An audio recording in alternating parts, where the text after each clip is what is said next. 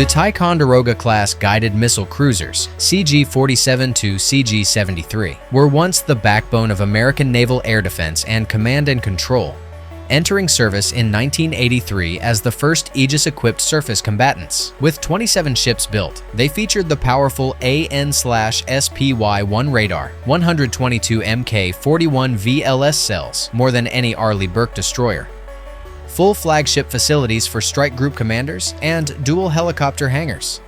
Capabilities that made them indispensable during the Cold War, Gulf Wars, and early 21st century operations. However, by the mid-2020s, the class has become the U.S. Navy's most painful and controversial budget dilemma. The ships are too old, too expensive to keep modern, and too costly to retire all at once.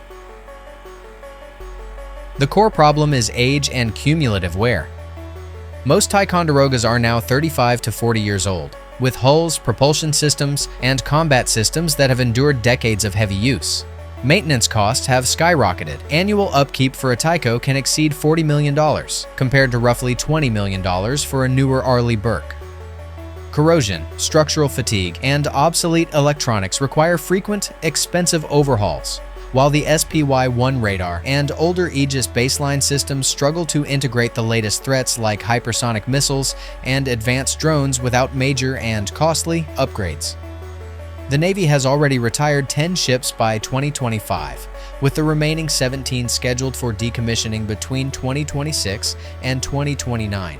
But the process is painfully slow because the fleet cannot immediately absorb the loss of their air defense and command capabilities.